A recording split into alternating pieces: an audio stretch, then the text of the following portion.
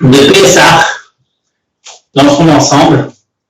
Et à travers ça, nous allons comprendre un petit peu comment la halakha a été mise en place et quelles sont aujourd'hui les raisons pour lesquelles nous avons, par exemple, 1 heure de battement entre le moment où on doit arrêter de consommer du chametz et le moment où on doit en posséder. À l'heure actuelle, aujourd'hui, la veille de Pessah, il faudra arrêter de manger du chametz à 11h30 et de posséder du chametz à partir de 12h30.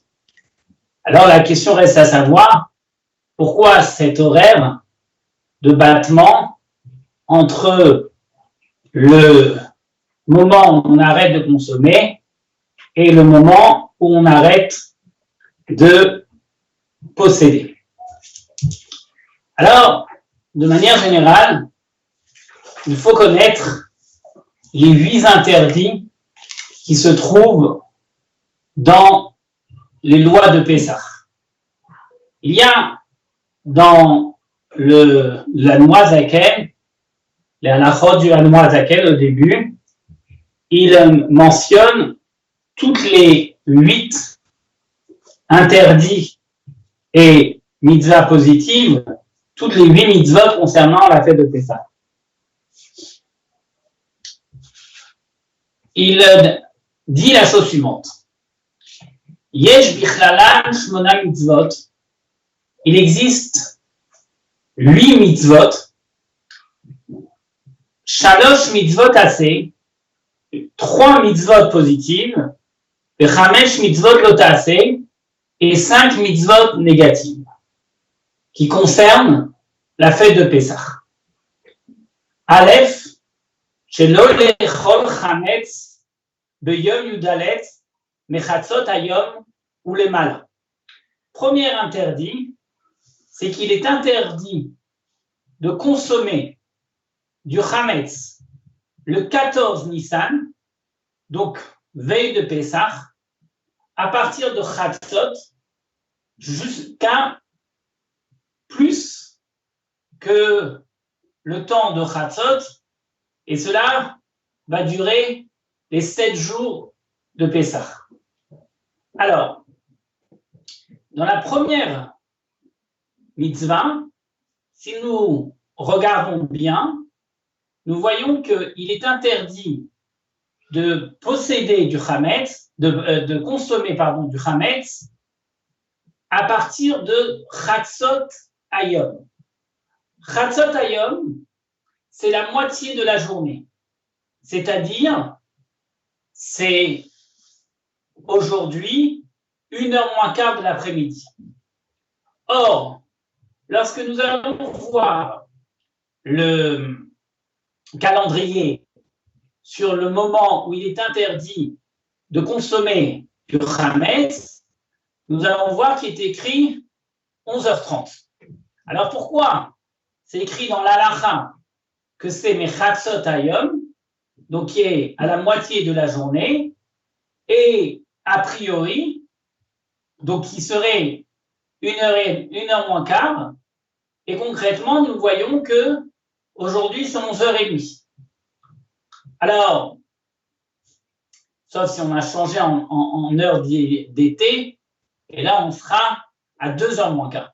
Mais en tout cas, tout cela nous montre bien que chatzot hayom, c'est à partir de 13h45, et concrètement, il est interdit de posséder du chametz à 11h30.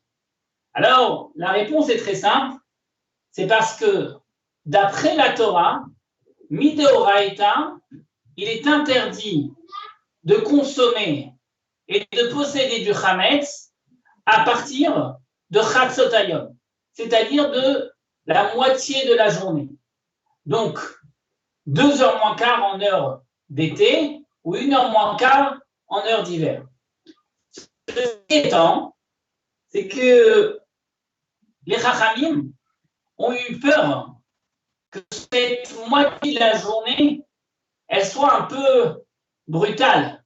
C'est-à-dire qu'il n'y a pas de phénomène particulier qui nous permet de pouvoir faire la différence entre le jour et la nuit. Par exemple, le Shabbat, on sait très bien qu'il y a un moyen de différenciation facile du fait que vendredi soir et la nuit va tomber, donc on sait qu'au coucher du soleil, c'est l'entrée du Shabbat.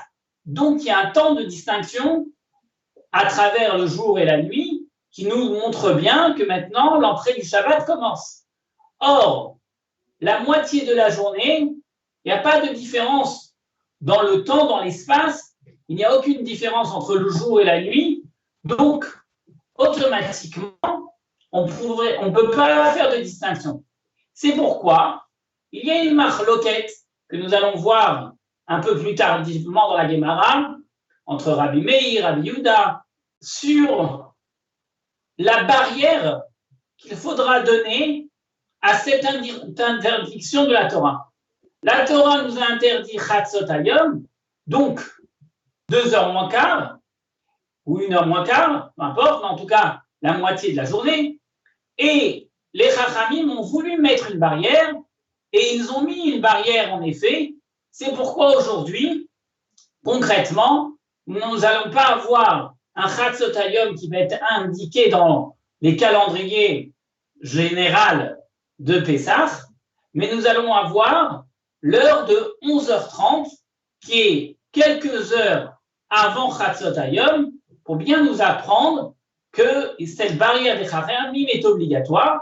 Et pourquoi les Chachamim ont mis cette barrière? Justement, puisqu'il n'y a pas de distinction entre le début et le milieu de la journée, alors ils ont préféré mettre un temps suffisamment grand, espacé, pour être sûr que personne va trébucher, que Dieu préserve l'interdit thoraïque qui est de Chatzot Hayom, qui est de la moitié de la journée.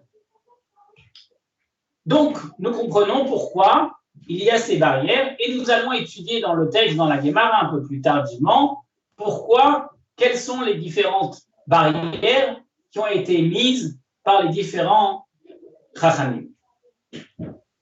Bet, la deuxième interdit est aussi les chametz minaolam et chatzot hayom almala, de brûler, de consumer le chametz à partir de chatzot hayom, donc à partir de la moitié de la journée, et on n'aura plus le droit, durant tous les 7 jours de Pessah, de posséder du chametz, c'est-à-dire, donc on aura un devoir de le brûler, et c'est pourquoi si pendant Pessah, on trouve du chametz, on a un devoir de le brûler.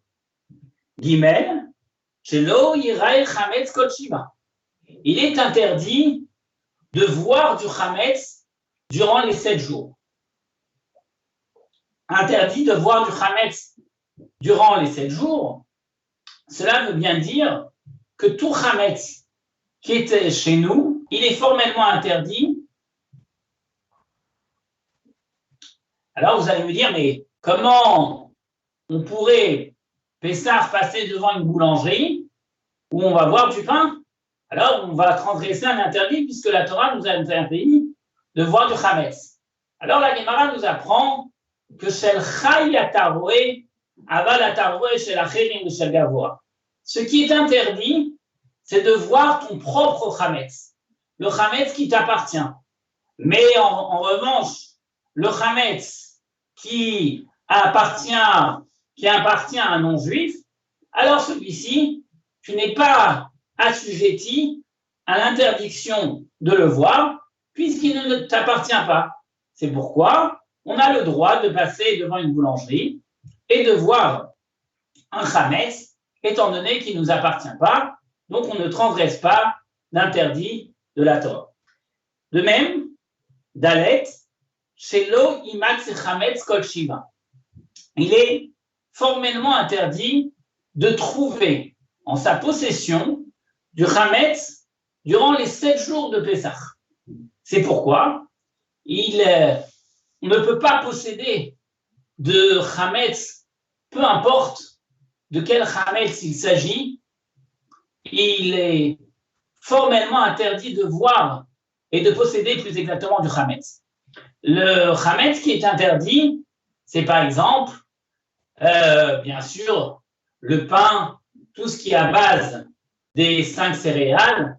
Si il est gonflé, alors immédiatement, il devient chametz et il fait partie de cette interdiction de pouvoir en posséder durant les 7 jours de Pessah. C'est pourquoi, si nous avons par exemple une bouteille de whisky, où le whisky, c'est un alcool qui est fabriqué à partir de choses entièrement chametz, alors il est formellement interdit de le trouver chez soi. Donc, comment aujourd'hui on pourrait garder des bouteilles de whisky ou des choses qui seraient chametz en notre possession? Alors la réponse est très simple, c'est que nous avons un devoir de ce qu'on appelle faire la vente du chametz. Lorsque je vends le chametz, j'écris l'acte. Alors je peux l'écrire aujourd'hui par Internet. Il y a différents moyens de pouvoir écrire l'acte de la vente du chametz.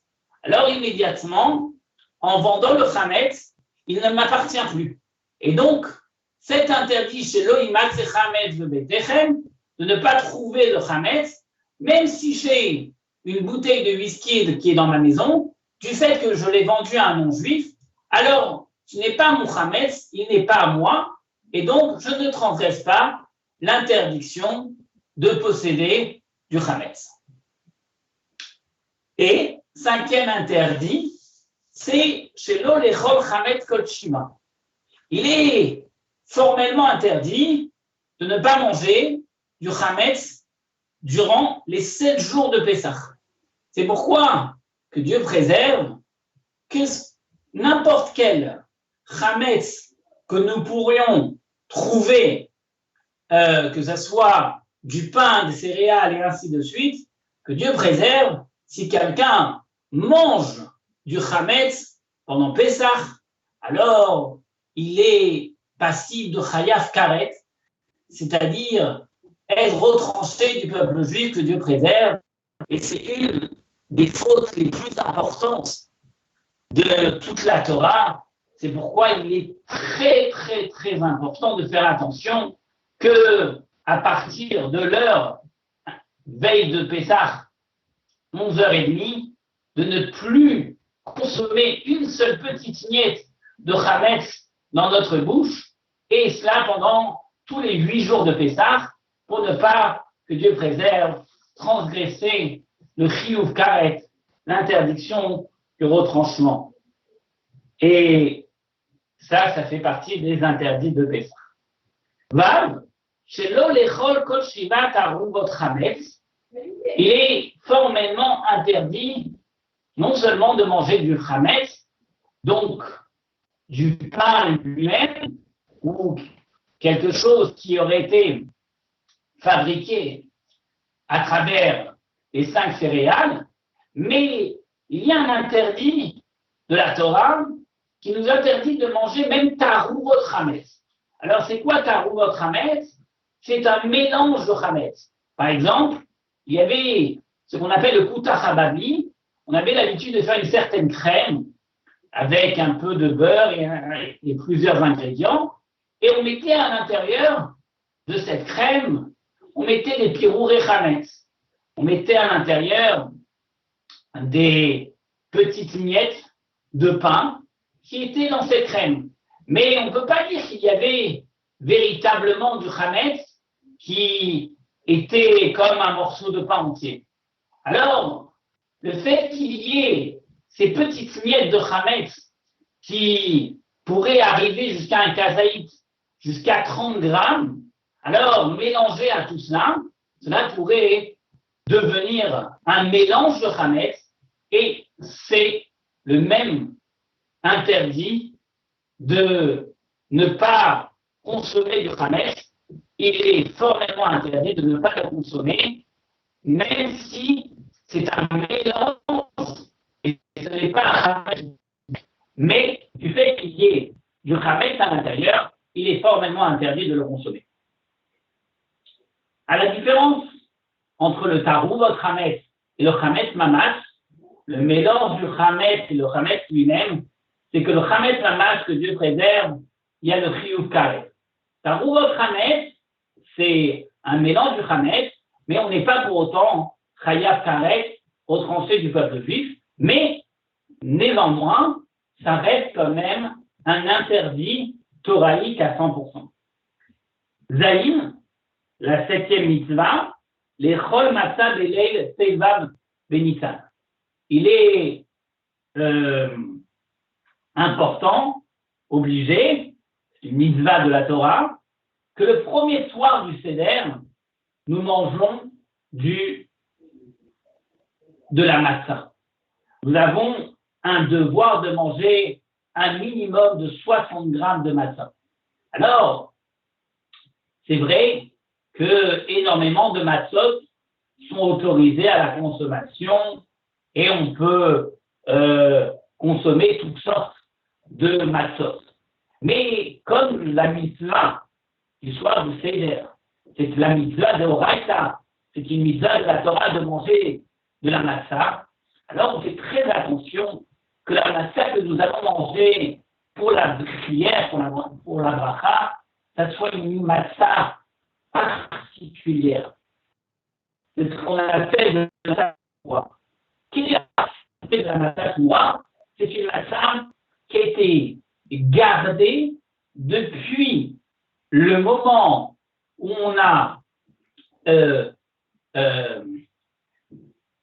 coupé le blé, et à partir du moment où on va couper le blé jusqu'au moment où il va arriver dans le moulin, alors on va faire très très très attention qu'il n'y ait pas une goutte d'eau qui tombe sur ce blé, de peur que s'il y ait une goutte d'eau, alors le blé se mettrait à gonfler et que Dieu préserve, il deviendrait non chamour, il deviendrait même chametz. C'est pourquoi, lorsque nous allons faire la récolte du blé, on va choisir un jour où le soleil frappe très très fort et nous sommes sûrs qu'il n'y a pas une goutte d'eau qui va tomber sur le chametz, et à partir de ce moment-là, on va, sur le blé, à partir de ce moment-là, on va conserver le blé de façon très très sèche, dans des granges très secs, et ensuite on va le moudre, et tout ça avec en faisant attention aux millièmes de millimètres d'eau qui ne puissent pas tomber sur ce blé. Une fois que nous avons un blé et une farine ultra sèche, à ce moment-là, on va avoir un contact avec Maïm Shelano, avec de l'eau qui aura passé la nuit, qui sera aussi une eau très très saine, et nous allons faire le mélange entre cette farine qui est shmoura, qui a été gardée, et l'eau, et entre le moment de la fabrication, du début de la fabrication ou de contact de la farine avec l'eau, jusqu'au moment où cette pâte entrera dans le four, il n'y aura pas plus de 18 minutes qui restera en contact entre l'eau et la farine. Et c'est pourquoi elle n'aura pas le temps de gonfler. Et c'est ce qu'on appelle de la matzah shmura, qui est la méadrille, qui est la plus bonne matzah. Et une fois qu'elle est cuite, bien sûr qu'elle a emballé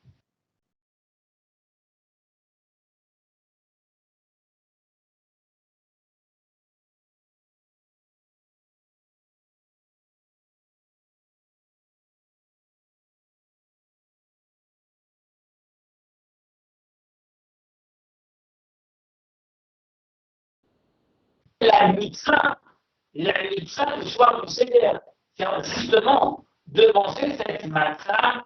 C'est pour ça qu'il est très très important de durer le jour du Seder, la matzah shmura, et d'en manger 30 grammes soi-même, et chaque membre de la famille, chaque convive, il devra manger un minimum de 30 grammes de matzah shmura. Et cela doit se faire le premier soir du Seder et aussi le second soir du Seder. Nous devons manger de la matzah shmura, 30 grammes par personne. La 8e et dernière mitzvah de Pesach, c'est la mitzvah les saper be'etziat Mitzrayim. C'est-à-dire qu'il faut raconter la mitzvah de raconter l'histoire de la sortie d'Égypte.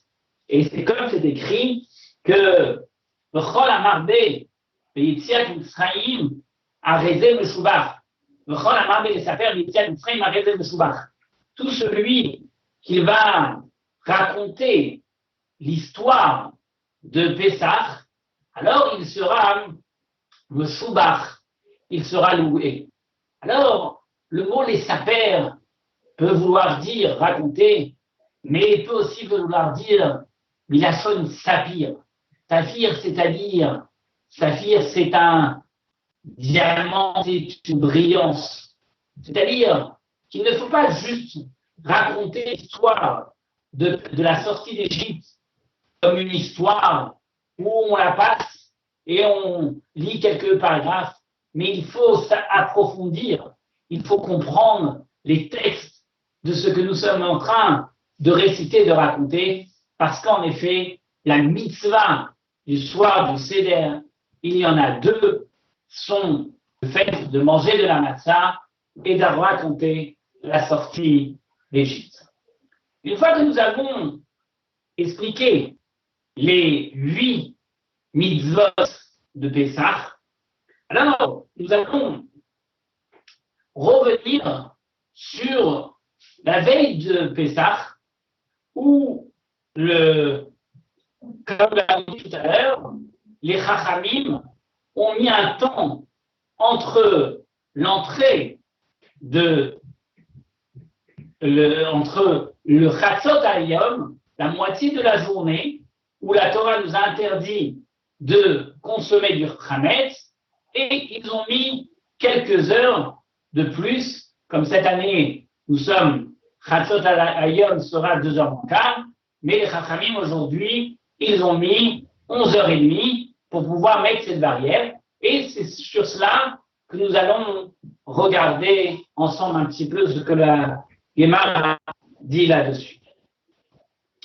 Alors, nous allons prendre la page Chafret, la page 28 de Masechet Pesachim à la Mishnah.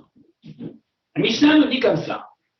Chametz Shavar Alam Pesach, qui est un Chametz sur lequel Chametz Shel Nochi, pardon, le Chametz d'un non-juif, Shavar Alam Pesach, dont la fête de Pessah est passée, alors, Moutar Béana, il est permis de profiter.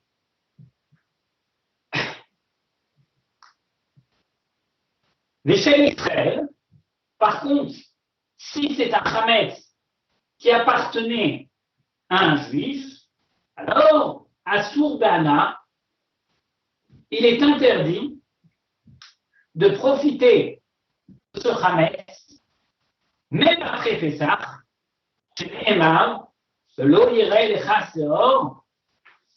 comme il était dit, tu ne vois pas, tu ne verras pas de levain. Alors, de quoi il s'agit-il ici? Chametz, Shavar, Nochi, Shavar, Pessah. Alors, on sait très bien qu'il y a une interdiction de profiter du Chametz qui a été existant durant la fête de Pessah. Alors, on pourrait avoir la réflexion de dire que tout Hametz qui a existé, il est formellement interdit de consommation après Pessah. Même s'il appartenait à un non-juif, alors, par exemple, s'il y a un supermarché appartenant à un non-juif qui a de la farine, alors je dirais que puisqu'il est passé Pessah, alors cette farine, elle était existante durant la fête de Pessah en tant que Hametz, alors il serait interdit de profiter. C'est ce que la Gemara nous dit. Non, Hametz eno chishabar alav Pessah, un Hametz qui appartenait à un non-juif dont la fête de Pessah est passée, alors il n'y a aucune interdiction de l'acheter et de profiter après Pessah, puisque ce Hametz n'appartenait pas à un juif, il appartient à un non-juif. Alors, un Hametz qui a été en possession d'un non-juif durant Pessah, après Pessah, j'ai le droit de l'acquérir et d'en profiter. Très bien. Ça, c'est ce que la Gemara nous dit. Maintenant, la Gemara nous dit la chose suivante. Hametz Shalif fait de vente de Hametz, qui n'a fait aucune action, comme la Gemara nous parle, nous explique, il y a l'action du bitoul, annuler le Hametz. Aujourd'hui, nous le récitons par le Kol Chamira. Il y a l'action, par exemple, de Bdikat Hametz, de faire la recherche du Hametz. Mais on a un juif qui a ni fait de recherche, ni il a annulé son Hametz, ni il a écrit un acte de vente, et il avait, que Dieu préserve, son magasin qui tournait, et durant ce Pessah, il avait de la farine, qui était bien Hametz, et elle est en sa possession durant les 8 jours de Pessah. Alors, est-ce qu'il est permis de pouvoir consommer un paquet de farine qui était dans un magasin d'un juif après Pessah? Alors, la Mishnah nous dit que chez Israël, Assour Béana, ce Hametz qui appartient à un juif, il est formellement interdit de le consommer. Pourquoi? Parce qu'il est interdit d'en profiter. Et la Mishnah nous dit pourquoi il est interdit d'en profiter. Parce que la Mishnah nous dit, la Torah dit, il est interdit de boire du levain. Prenons Rashi. Rashi dit, Mishum sheneimar v'yire'echa, v'gemara mefaresh là, dans la Gemara, on va expliquer, Mishum knasa. C'est un knas. Be'avar alav mishum ba'yira'i. C'est parce que on va le punir. C'est-à-dire que ce n'est pas réellement une interdiction thoraïque, mais c'est une amende, c'est une punition que nous sommes en train de faire à ce juif. Pardon. Du fait qu'il avait en sa possession du Hametz durant la fête de Pessah, qui est un interdit formel de la Torah, et lui, il est passé outre, alors les Chachamim ont fait un knas, les Chachamim ont fait une amende qu'il ne pourra pas vendre sa marchandise et son stock ne sera pas profitable au peuple juif. C'est ce que Rachid nous dit, il faut knasa, à cause d'une amende, aller parce qu'il a transgressé l'interdit de boire du Hametz. Alors, tout de suite, nous allons commencer la Gemara. Et la Gemara va commencer à s'interroger sur l'auteur de cette Mishnah. La Gemara va nous dire, cette Mishnah, elle ne va ni comme Rabbi Yehuda, ni comme Rabbi Shimon, ni comme Rabbi Yossi Aglili. Et la Gemara va expliquer pourquoi elle n'irait ni comme Rabbi Yehuda, ni comme Rabbi Shimon, et ni comme Rabbi Yossi Aglili. La Mishnah nous dit la chose suivante. Mani Matnitin, notre Mishnah, comme qui irait-elle? Lo Rabbi Yehuda, lo Rabbi Shimon, lo Rabbi Yossi Aglili. Donc je rappelle, nous sommes à la page 28 d'Afrafret, Amoud Aleph, à la Mishnah. Elle est ni comme Rabbi Yehuda, ni comme Rabbi Shimon, et ni comme Rabbi Yossi Aglili. Maïdi, qui est la Braïta qui discute avec ses grands maîtres qu'ils sont les amis de Rabbi Yehuda, Rabbi Shimon et Rabbi Yossi Aglili. Alors, des Tanya, ce que nous avons enseigné dans une Mishnah, où la Mishnah dit la chose suivante. Chametz, Bein ou Ifnei Zmano, le Chametz, lui qui mange du Chametz, Bein Ifnei Zmano, que ce soit avant Pessah. C'est-à-dire, c'est quoi avant Pessah? Avant Pessah, c'est à partir de Chatzot Hayom. Chatzot Hayom, comme nous l'avons dit, en heure d'été, c'est 2h moins quart.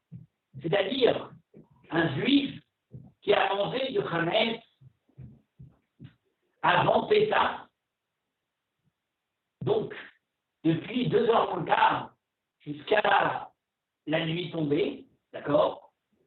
Ben les Achar Mano, ou bien le Chametz qui est après son temps. Ça veut dire quoi? Le Chametz après le temps. C'est après le temps autorisé à la consommation. C'est quoi le temps autorisé à la consommation? C'est-à-dire, comme on l'a dit, à partir de Chatzot. Donc, à partir de Chatzot, c'est appelé l'Ifnei Zmano depuis la moitié de la journée jusqu'à la nuit tombée. Tor Zmano, dans son temps, c'est à partir de la nuit tombée, donc le quart de Nissan, jusqu'aux 7 jours après, où là, durant les 7 jours de Pessah, il est formellement interdit de posséder, de consommer du Chametz. On appelle Tor Zmano, Midoraita, c'est vrai que le Saframi, ils ont rajouté un 8e jour de Pessah, mais en tout cas, à partir du 15 Nissan, à ce moment-là, et durant 7 jours, c'est ce qu'on appelle Tor Zmano. Achar Zmano, c'est après les 7 jours de Pessah. Après les 7 jours de Pessah, là, nous avons le temps révolu qui a été interdit de posséder et de consommer le Chametz, et à ce moment-là, c'est appelé les Achar Zmano, après son temps. Alors, c'est écrit Ben Ifnei Zmano, Ben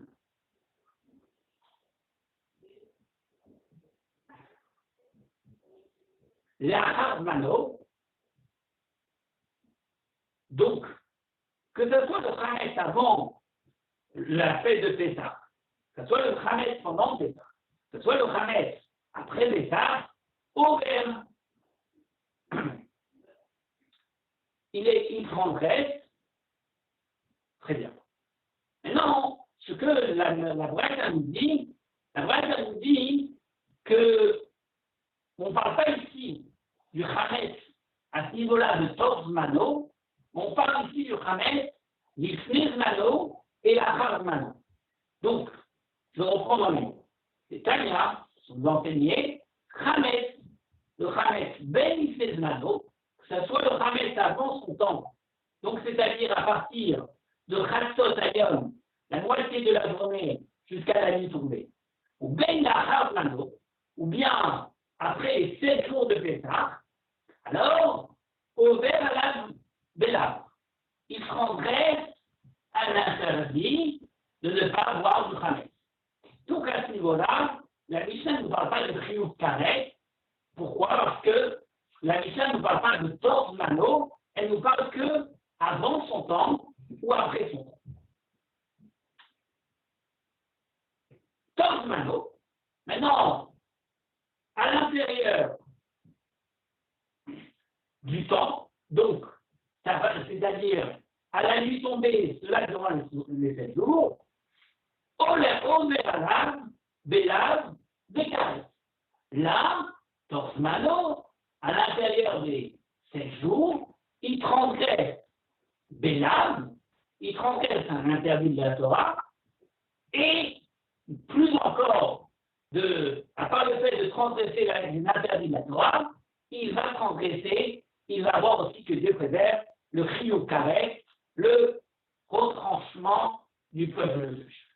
Divrei Rabbi Yehuda, voilà selon les paroles de Rabbi Yehuda. Donc si je résume, paroles de Rabbi Yehuda, Rabbi Yehuda nous dit, avant son temps, c'est-à-dire depuis Chatzot Hayom jusqu'à la nuit tombée, alors là, c'est un lave, on est ouvert sur un interdit de la Torah. Depuis la nuit tombée, et cela durant les 7 jours, on est transgresse un lave, un interdit de la Torah et la Chiyuv Karet, on est retranché du peuple juif. Et après son temps, donc après les 7 jours révolus de Pessah, si on va consommer du Hametz, alors à ce moment-là, qui aura été en notre possession durant les 7 jours, alors là, Rabbi Yehuda, il dit on transgresse un lave, un interdit de la Torah de consommer du Hametz. Donc nous avons un lave avant le temps. Pendant le temps, nous avons un lave et karet. Et après son temps, nous avons le lave. Ça, c'est la vie de Rabbi Yehuda. Je rappelle, nous sommes d'Afrafret à Moudbet, page 28, 2. Rabbi Shimon Omer, premier mot de la vie, de la page. Rabbi Shimon Omer, Rabbi Shimon lui dit, Chametz lifnei zmano, ou lachar zmano, eino over alav velo. Rabbi Shimon lui dit, le Chametz, avant son temps, donc, comme nous l'avons indiqué, c'est-à-dire depuis Chatzot Hayom jusqu'à la nuit tombée, ou ben lachar mano, ou bien le Chametz qui après la fête de Pessah, et il n'a pas d'interdiction et il ne transgresse aucun interdit, ni un Issur Karet et ni un lave, parce que selon Rabbi Shimon, le lave et le karet, il est uniquement sur le Chametz qui est consommé depuis la nuit tombée du 15 Nissan, et cela durant les 7 jours de Pessah. C'est pourquoi il dit Tors Mano, mais maintenant, à l'intérieur du temps, ouvert à l'âge des carettes ou bélaves, et à l'intérieur du temps, donc, à partir de la nuit tombée jusqu'à la fin des 7 jours, là, en revanche, il transgresse le lave et le carré. Donc, la différence entre Rabbi Shimon et Rabbi Yehuda, c'est que Rabbi Yehuda, il dit avant son temps, il y a un lave, pendant le temps, il y a un lave et un carré, après le temps, il n'y a qu'un lave, et Rabbi Shimon, lui, dit avant et après son temps, il n'y a pas de lave, et le jour et les 7 jours de Pessah, en effet, comme Rabbi Yehuda, il y a un lave et un carré. Et la Braïta continue et dit Misha she'asur be'achila, asur dana. Dès l'instant où il y a un interdit de consommer du chametz par un lave, c'est-à-dire à partir de Chatzot Hayom, alors il est formellement aussi interdit de profiter. Donc on voit très bien que le temps de consommation et le temps du profit, ils sont au même niveau. C'est-à-dire que lorsque la Torah nous dit qu'il est interdit de consommer, alors la Torah se dit en même temps qu'il est interdit de profiter. Voilà ce que la Braïta dit. On va s'arrêter là pour aujourd'hui et on continuera si Dieu veut demain. Bonne journée à tous.